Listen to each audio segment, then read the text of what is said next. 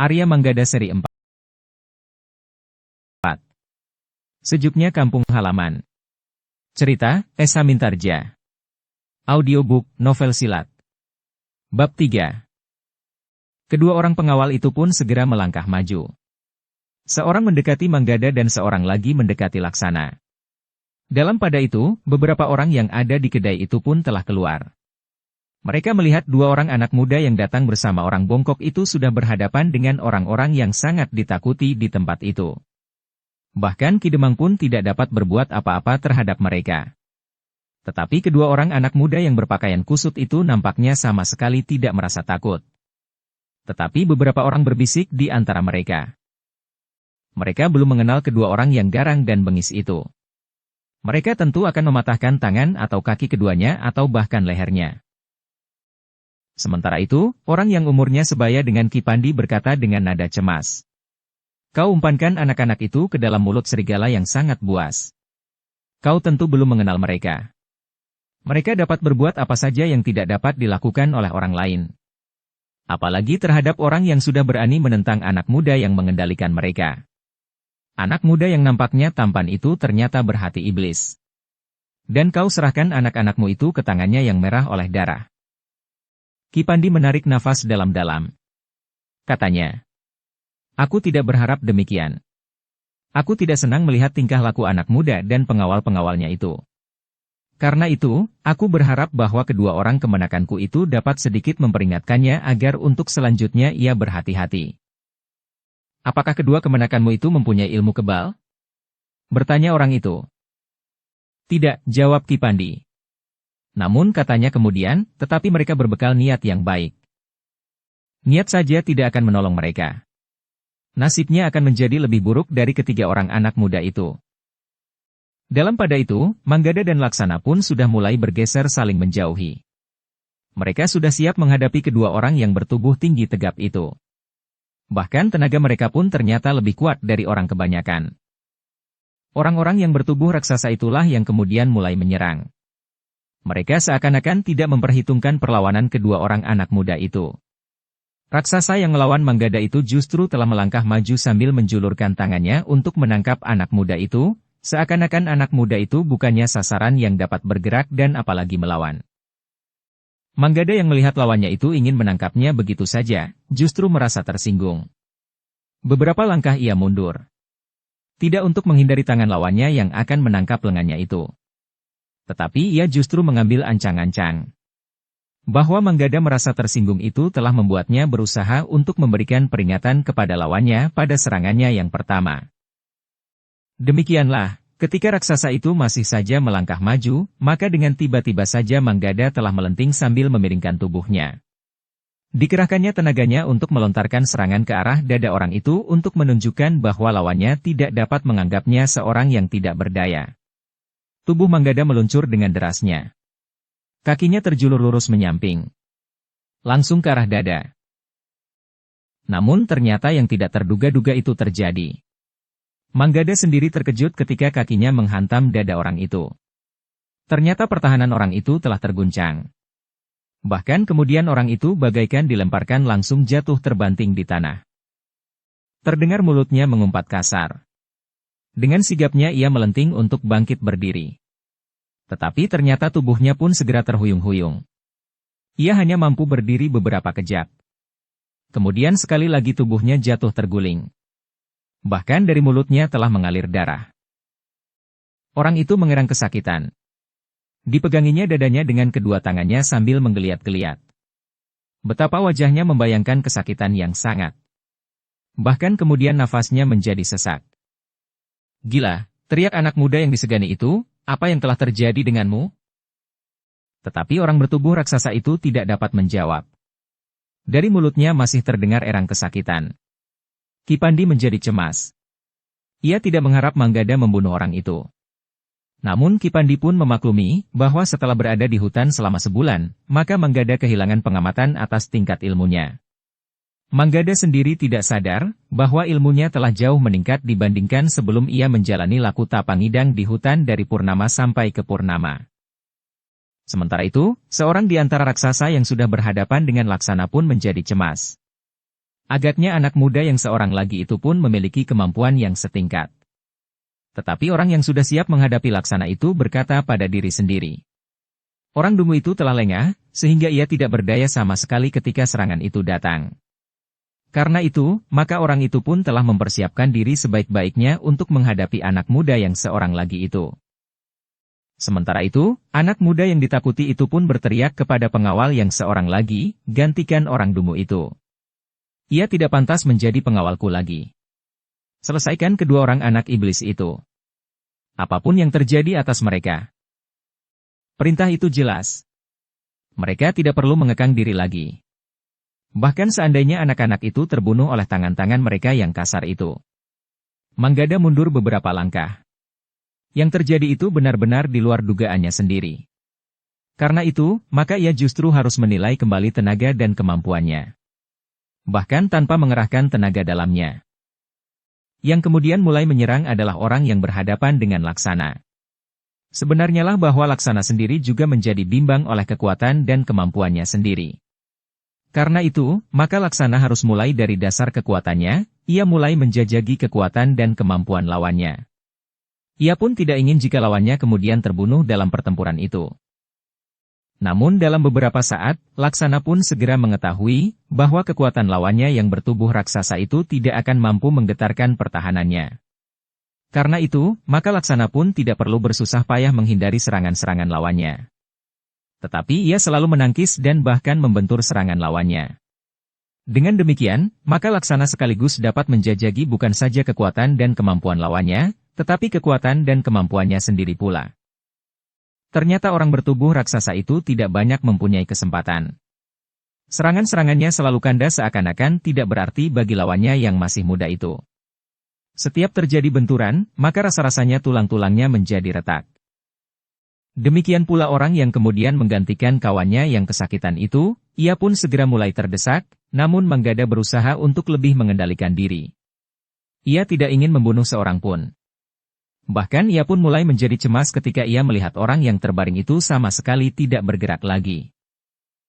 Ki Pandi yang juga melihat orang itu tidak bergerak lagi, segera mendekatinya. Namun ternyata orang itu masih hidup. Namun tubuhnya sudah menjadi lemah sekali. Meskipun demikian, pernafasannya masih cukup baik. Ki Pandi pun termangu-mangu sejenak. Namun kemudian ia pun berteriak kepada pemilik kedai yang berdiri termangu-mangu di pintu kedainya sambil gemetar. Ambil air, cepat. Pemilik kedai itu seakan-akan telah bergerak dengan sendirinya. Berlari-lari ia mengambil semangkuk air dan diserahkannya kepada Ki Pandi yang berjongkok di sebelah orang itu, sementara Manggada dan Laksana masih bertempur di halaman. Ki Pandi kemudian telah mengambil sebutir obat dari kantong ikat pinggangnya. Kemudian menyisipkannya di bibir orang itu. Sambil menitikkan air di mulut orang itu, Ki Pandi berkata, telanlah. Keadaanmu akan berangsur baik. Antara sadar dan tidak, maka orang itu pun telah menelan air yang dituangkan perlahan-lahan di mulutnya. Obat yang diselipkan di bibir orang itu pun telah menjadi larut pula ikut tertelan lewat kerongkongannya. Terasa darahnya yang menjadi hangat merambat lewat urat-uratnya, mengalir ke seluruh tubuhnya. Perasaan sakit pun sedikit demi sedikit telah berkurang, sementara tenaganya terasa sedikit segar. Meskipun dadanya masih sakit dan tulang-tulangnya terasa nyeri, namun obat itu telah sangat membantunya mengurangi penderitaannya. Sementara itu, pertempuran masih berlangsung, namun sudah tidak seimbang lagi. Manggada dan Laksana telah mendesak lawannya sehingga sama sekali tidak berdaya lagi. Mereka tinggal dapat meloncat-loncat menghindar, berlari-lari kecil mengambil jarak dan balikan nampak di wajah mereka, betapa mereka mulai dicengkam oleh kecemasan yang sangat. Sekali-sekali serangan Manggada dan Laksana telah mengenai tubuh mereka. Perasaan sakit dan nyeri telah mencengkam seluruh tubuh mereka, lawan Manggada hidungnya sudah mulai berdarah. Sementara lawan Manggada matanya nampak lembab dan kebiru-biruan. Anak muda yang disegani itu ternyata tidak mau melihat kenyataan. Ketika kedua pengawalnya itu tidak lagi mampu berbuat sesuatu, maka ia masih saja berteriak, bunuh anak-anak iblis itu. Jangan takut, aku yang akan mempertanggungjawabkannya. Tetapi kedua orang pengawalnya yang bertubuh raksasa itu tidak mampu berbuat sesuatu. Mereka tidak mampu lagi menghindari dan bahkan menangkis serangan-serangan anak-anak muda itu. Bahkan ketika Laksana sedikit terdorong melayangkan tangannya menebas dengan sisi telapak tangannya mengenai kening lawannya, maka lawannya itu pun merasa bumi tempatnya berpijak menjadi berputar. Laksana yang sudah siap melancarkan serangan berikutnya, telah tertahan dan bahkan mengurungkannya. Dibiarkannya lawannya berusaha memperbaiki keseimbangannya yang goyah. Anak muda yang disegani itu menjadi semakin marah. Ketika orang yang berusaha untuk berdiri tegak itu gagal, sehingga ia jatuh terduduk, maka anak muda itu pun berteriak. "Heh, pengecut! Kenapa kau malah duduk di situ? Bangkit, bunuh lawanmu atau kau akan dihukum cambuk oleh ayah." Orang itu memang masih berusaha untuk bangkit, tetapi ia tidak mampu lagi. Kepalanya benar-benar terasa pening dan segalanya telah berputar. "Bangkit!" teriak anak muda itu. Laksana yang mendengar teriakan-teriakan itu justru tidak tahan lagi. Justru karena lawannya sudah tidak berdaya. Karena itu, maka ketika anak muda itu berteriak sekali lagi dan bahkan lebih keras, maka Laksana telah meloncat menghampirinya. Dengan cepat tangannya telah menggapai baju anak itu dan menariknya sambil berkata, "Kenapa kau hanya berteriak-teriak saja? Kenapa bukan kau sendiri yang memasuki arena dan berkelahi?" Anak muda itu terkejut. Ia tidak pernah mengalami perlakuan yang demikian, karena itu, maka ia pun berteriak, "Lepaskan bajuku. Kau akan menyesal dengan perlakuanmu." Tetapi Laksana tidak melepaskannya. Justru tangannya terayun menampar wajah anak muda itu sambil membentak. "Diam kau, atau aku buat kau terdiam." Tamparan di wajahnya itu benar-benar mengejutkannya. Bagaimana mungkin hal seperti itu terjadi? Seorang anak muda yang berpakaian kumal telah berani menamparnya.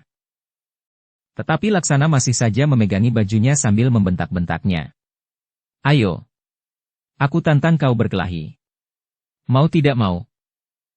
Sebelum anak itu menjawab, maka Laksana telah menyeretnya dan mendorongnya ke halaman. Demikian kerasnya dorongan Laksana sehingga anak muda itu telah jatuh terjerembab. Wajahnya terantuk tanah, sehingga menjadi kotor karenanya. Laksana yang berdiri di dekatnya membentaknya. "Bangkit. Kita berkelahi." Anak itu benar-benar menjadi bingung. Orangnya yang terakhir pun telah terbaring pula di tanah. Sebenarnya Manggada tahu bahwa lawannya itu masih mungkin untuk bangkit dan memberikan perlawanan. Tetapi agaknya orang itu tidak melihat lagi harapan untuk dapat bertahan, sehingga karena itu, ketika ia terjatuh, maka ia pun berpura tidak lagi mampu berdiri. Dukung channel Novel Silat dengan subscribe, follow, like, komen dan share. Karena anak muda itu masih belum bangkit, maka Laksana telah menarik lagi bajunya. Sekali lagi Laksana menampar wajah anak muda itu. Tiba-tiba saja anak muda itu telah kehilangan pegangan. Ia tidak terbiasa berbuat sesuatu selain berteriak-teriak memberikan perintah. Ketika kemudian orang-orang yang mengawalnya itu tidak berdaya, maka anak muda itu pun tidak tahu lagi apa yang harus dilakukan. Karena itu, ketika Laksana mengguncang bajunya, maka tiba-tiba saja anak itu menangis. "Ampun. Aku minta ampun." Hampir saja Laksana tidak mampu mengendalikan dirinya. Tetapi kemudian Laksana itu menyadari bahwa anak muda itu telah benar-benar menjadi ketakutan. Karena itu, maka Laksana pun telah melepaskannya dan berkata, "Aku akan datang lagi ke lingkungan ini. Jika kau masih berbuat sebagaimana kau lakukan sekarang, maka aku akan menghancurkanmu. Katakan kepada ayahmu bahwa aku akan tetap berbuat tanpa harus tunduk kepadamu dan kepada ayahmu." Di sini tentu ada paugeran yang berlaku bagi setiap orang. Termasuk kau dan ayahmu, sehingga kalian tidak dapat berbuat sekehendakmu sendiri. Anak muda itu tidak dapat menjawab sama sekali. Tangisnya justru menjadi-jadi. Rasa-rasanya anak muda itu tidak lagi merasa malu. Orang yang menyaksikan peristiwa itu memang menjadi berdebar-debar. Mereka yakin bahwa orang-orang yang berani melawan anak muda itu tentu orang yang sama sekali tidak mengenalnya. Namun yang perasaannya terguncang bukan saja anak muda yang menangis itu, tetapi 3 orang anak muda yang telah dihajar oleh ketiga pengawal anak muda yang menangis itu pun menjadi sangat gelisah menghadapi kenyataan itu.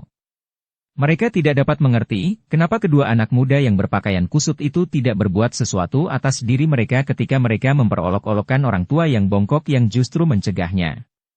Jika saja kedua anak muda itu tidak dapat dikendalikan oleh orang yang bongkok itu, maka mereka bertiga akan mengalami nasib yang lebih buruk lagi. Sementara itu, Laksana telah melepaskan anak muda yang menangis itu. Sedangkan Manggada pun telah bergeser menjauh.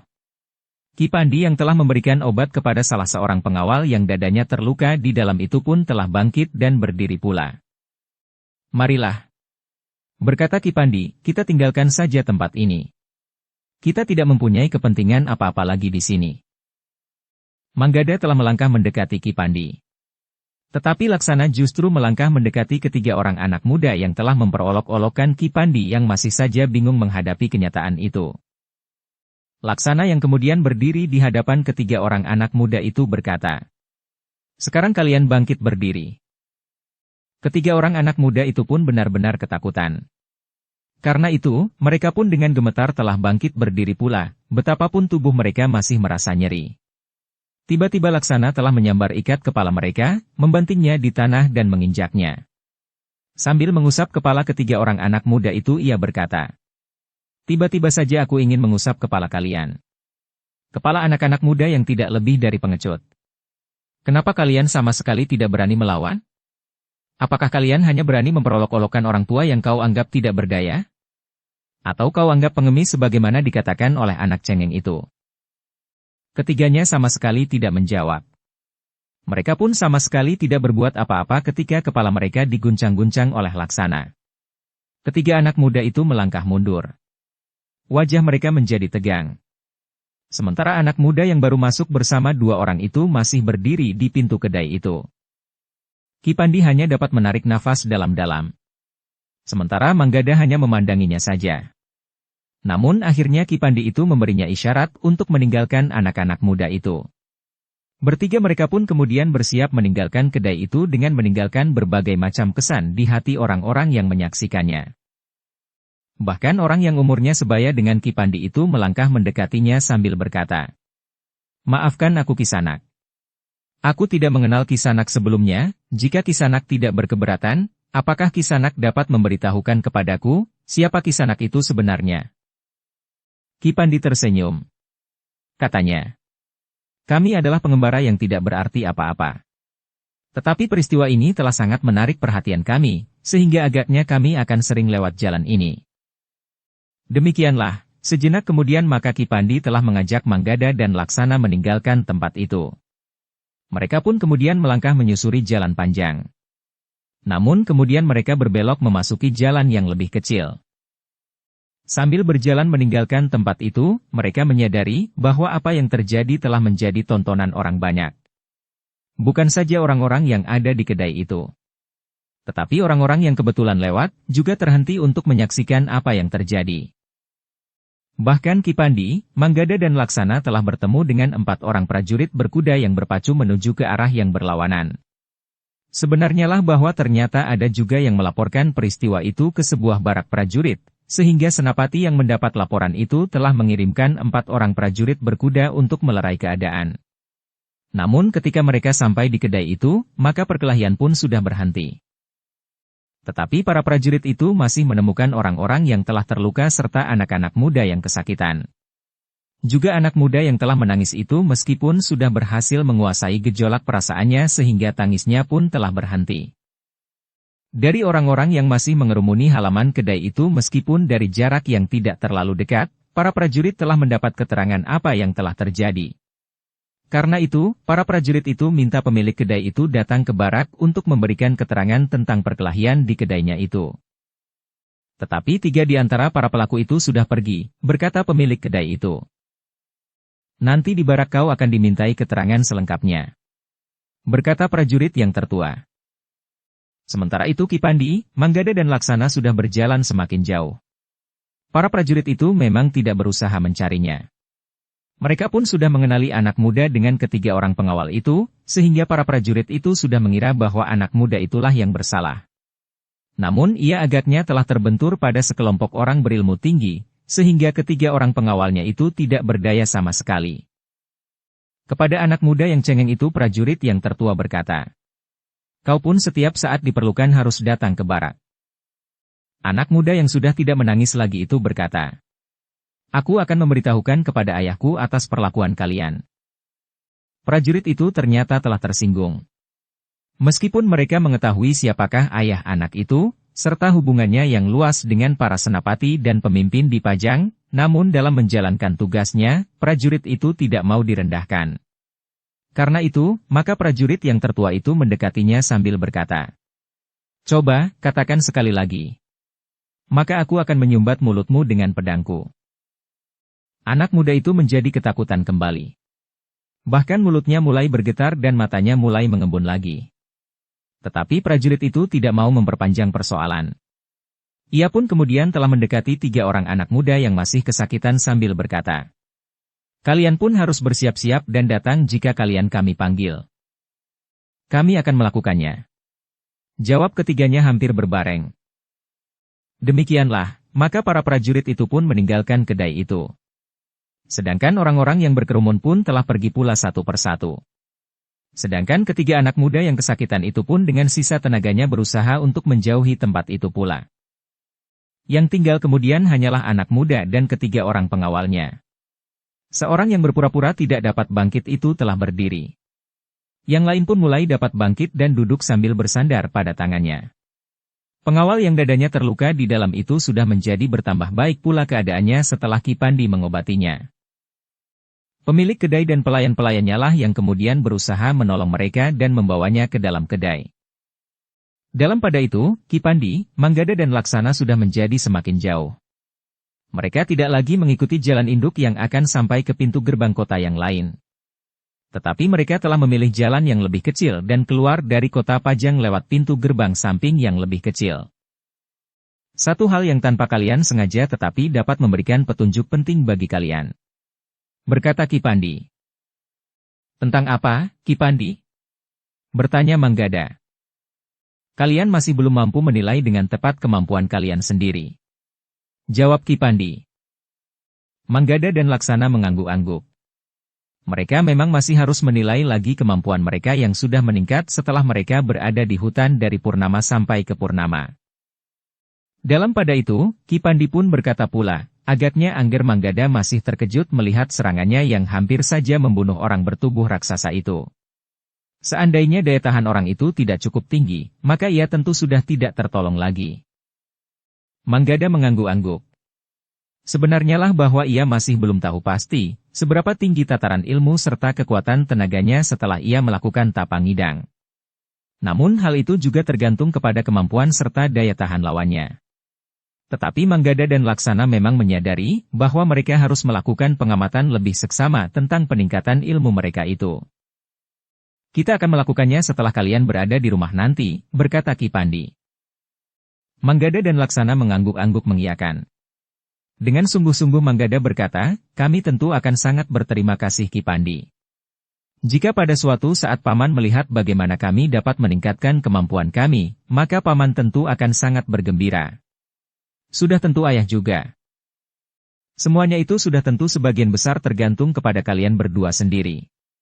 Kemauan kalian serta tenaga dasar yang ada di dalam diri kalian," berkata Ki Pandi. Lalu katanya pula, "Tetapi tentu saja dengan harapan, bahwa apa yang telah kalian miliki itu akan berarti bagi sesama. Bukan sebaliknya justru merugikan sesama." Manggada dan Laksana masih saja mengangguk-angguk. Beberapa kali mereka mendengar petunjuk itu. Bukan saja dari Ki Pandi, tetapi juga dari guru mereka, dari orang tua mereka dan bahkan dari Kiai Gumrah. Demikianlah, mereka bertiga pun telah melanjutkan perjalanan mereka justru menjauhi Pajang. Mereka telah berjalan lagi di antara bulak-bulak sawah. Kehidupan mulai nampak berbeda dari kehidupan di kota yang sibuk. Jalan-jalan tidak lagi terlalu ramai. Tatanan rumah dan halaman. Bahkan sifat dan kebiasaan penghuni-penghuninya. Semakin jauh mereka dari kota, maka mereka tidak lagi merasa dikelilingi oleh kesibukan dan ketergesa-gesaan. Tetapi juga tidak lagi dibayangi oleh kehidupan anak-anak muda yang menggelisahkan, meskipun jumlah mereka sebenarnya terhitung kecil. Meskipun sebenarnya kenakalan itu ada di mana-mana, tetapi karena kehidupan di kota yang berbeda dengan kehidupan di luarnya, maka wujud kenakalannya pun berbeda pula. Dalam pada itu, agaknya Ki Pandi pun sedang memikirkan sikap anak-anak muda yang baru saja ditemuinya. Dengan nada rendah Ki Pandi itu pun berkata, "Angger berdua. Di sepanjang perjalanan kita, maka kita sudah melihat berbagai macam sikap dan sifat anak-anak muda. Anak-anak muda yang ada di sekitar Kiai Gumrah. Kau kenal anak-anak muda yang nakal bahkan keterlaluan sehingga sudah merugikan banyak orang seperti Rambatan. Tetapi kau kenal juga anak-anak muda yang baik di padukuhan itu. Kau kenal juga Darpati dan Winnie. Manggada dan Laksana menjadi termangu-mangu sejenak. Ternyata banyak hal yang diketahui oleh Ki Pandi. Agaknya Ki Pandi dapat membaca perasaan anak-anak itu. Katanya kemudian. Aku mengetahuinya dari sedikit pengamatanku. Namun juga dari cerita Kiai Gumrah, ia berhenti sejenak, lalu, kau lihat anak-anak muda di perjalanan kita ke Pajang, sebelum dan sesudah kita melampaui hutan itu. Sehingga dengan demikian, maka kau akan dapat membuat perbandingan-perbandingan. Justru kalian juga termasuk anak-anak muda, maka kalian tentu mempunyai kesempatan untuk menentukan sikap dan pilihan bagi jalan kehidupan kalian. Manggada dan Laksana itu pun mengangguk-angguk. Sementara Ki Pandi berkata, memang ada di antara anak-anak muda yang memilih untuk hidup dalam kesenangan dan kepuasan keduniawian yang dapat langsung dirasakannya sesaat. Tetapi ada yang meletakkan harapannya pada masa depan. Bahkan ada yang memikirkan ruang lingkup kehidupan yang lebih luas dari kehidupan dirinya sendiri. Manggada dan Laksana mendengarkan keterangan itu dengan bersungguh-sungguh pula. Agaknya Ki Pandi memang tersentuh melihat kehidupan anak-anak muda yang dijumpainya dalam perjalanan hidupnya. Dalam pada itu, maka mereka pun melangkah semakin lama semakin jauh dari Pajang. Mereka sudah berada di antara hijaunya tanaman di sawah dan pategalan. Angin terasa semilir berhembus mengguncang batang-batang padi muda yang nampak segar terendam di air yang tergenang. Wajah kedua anak muda itu menjadi semakin cerah. Lebih-lebih lagi Manggada. Mereka sudah memasuki jalan yang langsung menuju padukuhannya. Kampung halamannya. Laksana pun pernah mengunjungi pamannya itu. Meskipun itu sudah lama terjadi, tetapi lamat-lamat ia masih dapat mengenali jalan yang dilaluinya, karena agaknya masih belum banyak berubah. Perjalanan kita sudah menjadi semakin dekat, berkata Manggada dengan wajah yang memancarkan kegembiraannya. Ki Pandi mengangguk-angguk. Katanya, keluarga kalian tentu akan bergembira pula menerima kedatangan kalian. Ya. Jika saja ayah tahu bahwa kami sudah agak lama berangkat dari rumah paman, maka ayah dan ibu tentu sudah menunggu-nunggu dengan cemas. Kedatangan kami tentu akan sangat menggembirakan mereka, desis Manggada. Ki Pandi mengangguk-angguk. Tetapi rasa-rasanya ia akan ikut bergembira melihat pertemuan antara anak-anak muda itu dengan kedua orang tuanya. Demikianlah ketika mereka mendekati padukuhan Gemawang yang terletak di Kademangan Kalegen, maka mereka pun menjadi berdebar-debar. Sudah lama Manggada meninggalkan Kademangan Kalegen, sementara Laksana juga pernah mengunjungi pamannya ketika ia menginjak remaja. Terasa angin yang sejuk berhembus perlahan menggoyang dedaunan. Padukuhan Gemawang yang merupakan bagian dari Kademangan Kalegen nampak tenang di kejauhan. Pohon nyiur yang berdiri berjajar di batas padukuhan seakan-akan melambai menyambut kedatangan Manggada dan sepupunya Laksana. Ketika mereka memasuki regol padukuhan di bawah lindungan bayangan pepohonan, Manggada menarik nafas sambil berdesis, yang seakan-akan hanya ditujukan kepada dirinya sendiri saja. Alangkah sejuknya udara di kampung halaman. Namun Laksana yang mendengarnya berdesis juga, ya, alangkah sejuknya. Bahkan Ki Pandi pun menyahut. Setelah kita berjemur di panasnya matahari menjelang sore hari, maka berlindung di bawah bayang pepohonan memang terasa sejuk sekali. Laksana yang justru berjalan di depan berkata, aku masih ingat dengan jelas, kemana kakiku harus melangkah. Manggada tertawa. Katanya, kau tentu masih ingat jalan-jalan di padukuhan Gemawang. Bahkan di Kademangan Kalegen. Bukankah kau pernah berada di sini beberapa lama ketika itu? Ya, jawab Laksana, belum banyak terdapat perubahan sampai sekarang ini. Namun tiba-tiba Manggada mengerutkan dahinya ketika ia melihat seorang anak kecil berlari ketakutan melihat kehadiran mereka. Bahkan kemudian ia sempat memperhatikan halaman di sebelah-menyebelah jalan. Dari regol-regol halaman ia melihat beberapa buah rumah yang pintunya tertutup rapat. Bahkan halaman-halaman rumah dan jalan-jalan pun rasa-rasanya terlalu sepi. Tidak seorang pun dijumpainya di jalan-jalan. Anak kecil yang dilihatnya justru berlari ketakutan dan hilang di balik regol. Ketika ia berpaling kepada Ki Pandi, maka dilihatnya dahi Ki Pandi pun berdesis, apakah sejak dahulu padukuhan ini terlalu lengang? Tidak, jawab Manggada, padukuhan ini terhitung padukuhan yang besar. Jalan ini merupakan jalan induk yang paling banyak dilalui orang di padukuhan ini. Betapa sepinya sebuah padukuhan, tetapi tentu tidak sesepi ini. Ki Pandi mengangguk-angguk. Katanya, apakah ada sesuatu yang membuat padukuhan ini terlalu sepi? Memang mungkin Ki Pandi. Tetapi apa? Sahut Manggada. Ki Pandi mengerutkan dahinya. Namun kemudian ia pun bertanya, apakah rumahmu berada di sisi lain dari padukuhan ini? Bertanya Ki Pandi. Rumah kami ada di tengah-tengah padukuhan, jawab Manggada. Ki Pandi mengangguk-angguk. Tetapi ia tidak berbicara apapun lagi. Ketiga orang itu berjalan semakin ke dalam. Namun suasananya masih saja tetap lengang. Mereka semakin berdebar-debar ketika melihat seorang anak yang akan berlari melintasi jalan padukuhan. Tetapi ketika anak itu melihat mereka, maka ia pun segera berbalik dan berlari masuk ke dalam regol halaman rumahnya. Ketiga orang itu memperhatikan keadaan itu dengan dahi yang berkerut. Teka-teki itu rasa-rasanya semakin menggelitik. Namun ketegangan perasaan mereka menjadi berkurang ketika mereka melihat seorang yang berjalan sambil membawa cangkul di pundaknya. Orang itu pun nampaknya agak tergesa, sehingga langkahnya pun menjadi panjang-panjang. Paman Wangking, desis Manggada yang mempercepat langkahnya pula. Beberapa langkah sebelum mereka berpapasan, orang itu tiba-tiba telah berbelok turun ke jalan yang lebih kecil. Namun Manggada itu berlari-lari mendapatkannya sambil memanggil namanya. Paman. Paman Wangking. Orang itu memang berhenti. Wajahnya menjadi tegang. Namun dengan tajamnya ia memandangi Manggada yang berlari-lari mendapatkannya sambil bertanya, Paman, apakah Paman tidak ingat lagi kepadaku? Kau siapa? Bertanya orang yang dipanggilnya Wangking itu. Aku Manggada. Manggada, kaukah itu? Ya Paman. Aku Manggada. Paman ingat sekarang? Orang itu meletakkan cangkulnya. Ditepuknya pundak Manggada sambil berkata, kau sudah sebesar ini sekarang. Hampir saja aku tidak mengenalmu lagi. Di mana saja kau selama ini? Aku berada di rumah Paman, jawab Manggada. Lalu katanya, ini adik sepupuku. Dan ini Ki Pandi. Seseorang yang banyak membantuku dalam perjalanan hidupku. Orang itu berpaling kepada Ki Pandi sambil mengangguk hormat. Sementara itu Ki Pandi pun berkata, adalah kebetulan bahwa kami menempuh perjalanan yang searah. Jika ada kesempatan, silahkan singgah di rumahku Ki Pandi, berkata orang itu, rumahku tinggal beberapa langkah saja dari sini. Terima kasih Ki Wangking. Besok, aku akan memerlukan singgah, jawab Ki Pandi. Aku sudah agak lama meninggalkan ayah dan ibu, Paman. Aku ingin melihatnya lebih dahulu. Besok aku antar Ki Pandi singgah di rumah Ki Wangking. Berkata Manggada. Namun kemudian ia pun bertanya, tetapi rasa-rasanya padukuhan ini menjadi sangat sepi sekarang, Paman.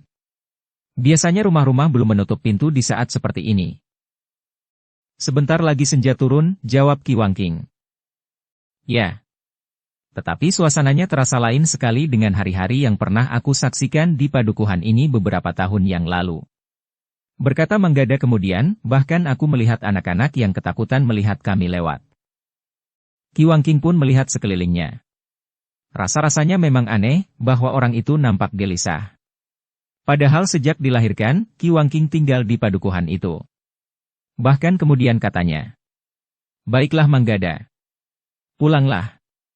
Ayah dan ibumu tentu sudah menunggu, namun kemudian ditambahkannya, menurut pengetahuanku di rumahmu kini sedang ada tamu. Tetapi aku kurang tahu, siapakah tamu di rumahmu itu? Tamu? Bertanya Manggada. Ya. Tetapi saatnya memang agak kurang tepat. Tetapi tamu di rumahmu itu tentu tidak tahu apa yang sedang terjadi di padukuhan ini.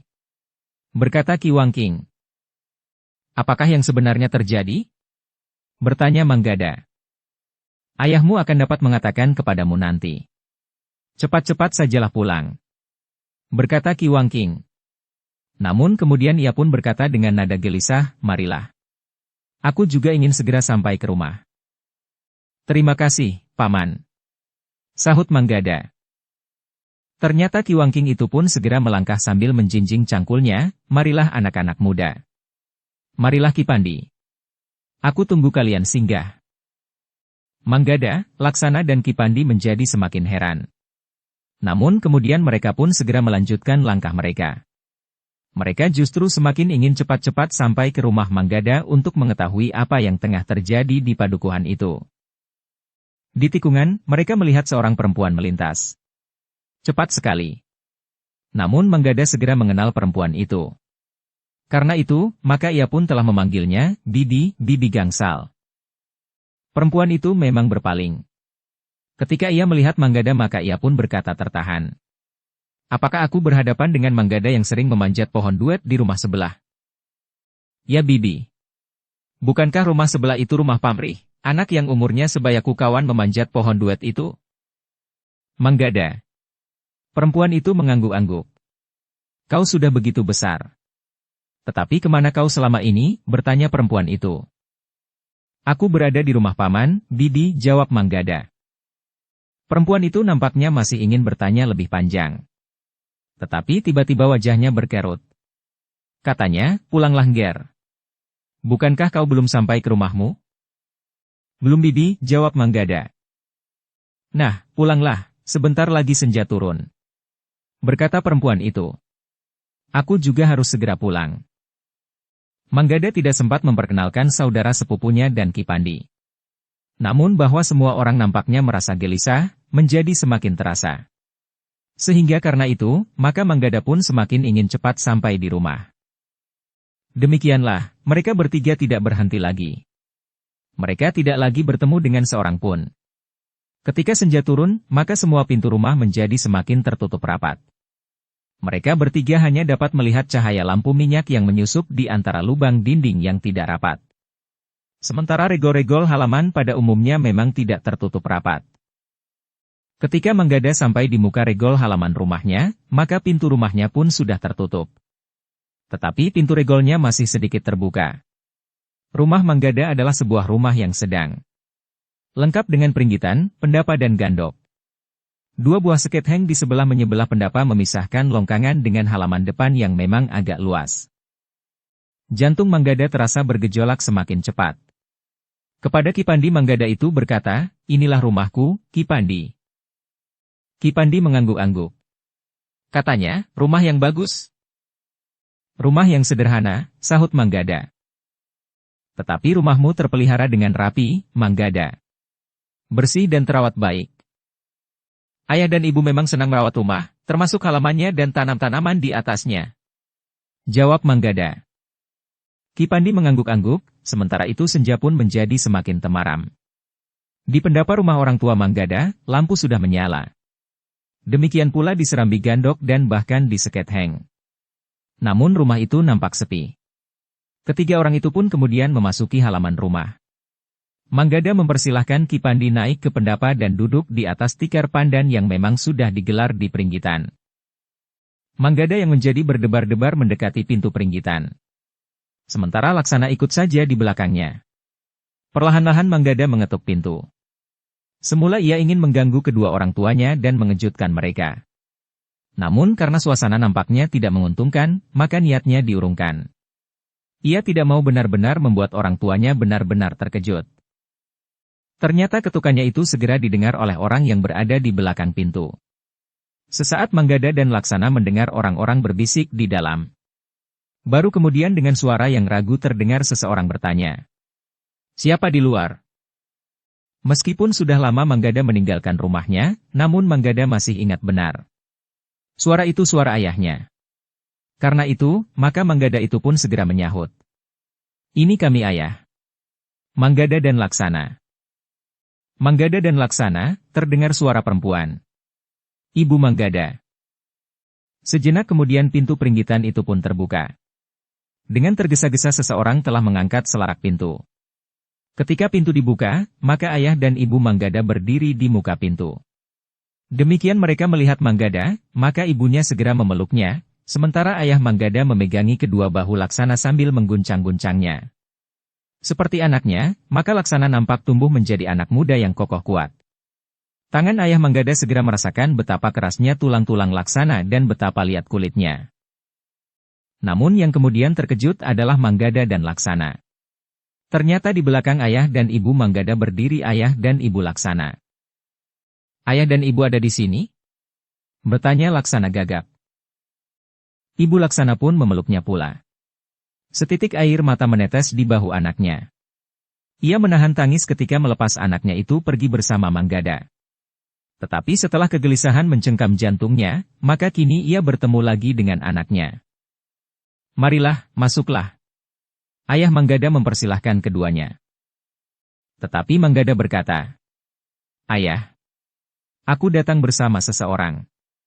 Seseorang yang telah banyak membantu dan bahkan melindungi aku selama dalam perjalanan. Ayah Manggada mengerutkan dahinya.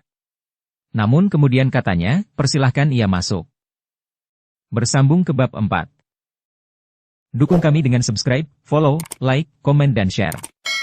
Terima kasih.